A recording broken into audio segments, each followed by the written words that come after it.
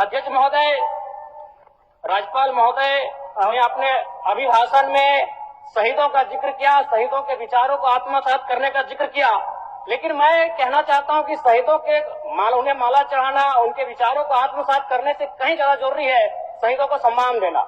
मैं एक झारखंड, चूंकि माननीय मुख्यमंत्री भी झारखंड आंदोलनकारी के सुपुत्र, आज वो मुख्यमंत्री हैं, मैं भी एक झारखंड आंदोलनकारी का बेटा हूं, आज मैं विधायक के रूप में आपके बीच हूं, लेकिन आज असंख्य झारखंड आंदोलनकारी के परिवार है जो छत विक्षत हो चुका है। इसलिए मैं चाहता हूं जिस प्रकार एसटी आरक्षण, ओबीसी आरक्षण और एससी आरक्षण, ईडब्ल्यूएस आरक्षण के साथ झारखंड आंदोलन की लड़ाई लड़ने वाले आंदोलनकारियों के परिवार को, आश्रित को 5% आरक्षण की व्यवस्था की जाए, ये मैं सदन से मांग करता हूं। अध्यक्ष महोदय। सदस्य जयराम जी बोलिए, बोलिए आप बोलिए। धन्यवाद अध्यक्ष महोदय। मैं माननीय राज्यपाल महामहिम के अभिभाषण की सराहना करने के साथ साथ अभिभाषण के विपक्ष में कुछ बातें रखना चाहता हूं। माननीय राज्यपाल के अभिभाषण क्रम संख्या 6 में केंद्र सरकार से 1,36,000 करोड़ वापस लाने की बात कही है और सही भी है, और हर एक राज्य को उसका बाकी पैसा मिलना चाहिए, उनका हक मिलना चाहिए। लेकिन अध्यक्ष महोदय, मैं आपके माध्यम से सरकार से पूछना चाहता हूं कि राज्य के सभी बैंकों ने मिलकर 2019 से 2024 तक 5,55,018 करोड़ रुपए दूसरे राज्यों को भुगतान करने का कार्य किया है। बैंक में जो पैसा डिपॉजिट होता है वो दूसरे स्टेट को जाता है, और अगर अभी देखा जाए तो झारखंड का सीडी रेशियो मात्र 36% है, जबकि आप तुलनात्मक अध्ययन करें तो आंध्र प्रदेश का सीडी रेशियो 110 के आसपास होता है, तमिलनाडु का सीडी रेशियो 115 के आसपास होता है। और सबसे महत्वपूर्ण बात कि बैंकर समिति के अध्यक्ष माननीय मुख्यमंत्री होते हैं।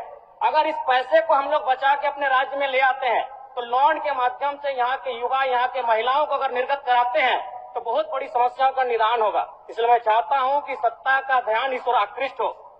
मैं आगे अध्यक्ष महोदय, राज्यपाल महोदय ने अपने अभिभाषण में शहीदों का जिक्र किया, शहीदों के विचारों को आत्मसात करने का जिक्र किया, लेकिन मैं कहना चाहता हूं कि शहीदों के उन्हें माला चढ़ाना, उनके विचारों को आत्मसात करने से कहीं ज्यादा जरूरी है शहीदों को सम्मान देना।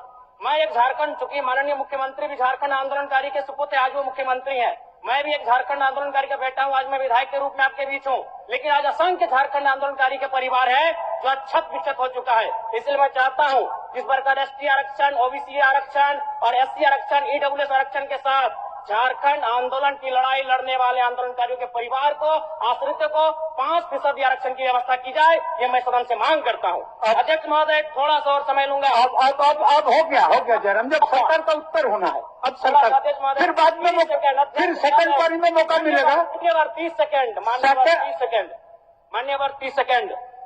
चलिए बोल लीजिए।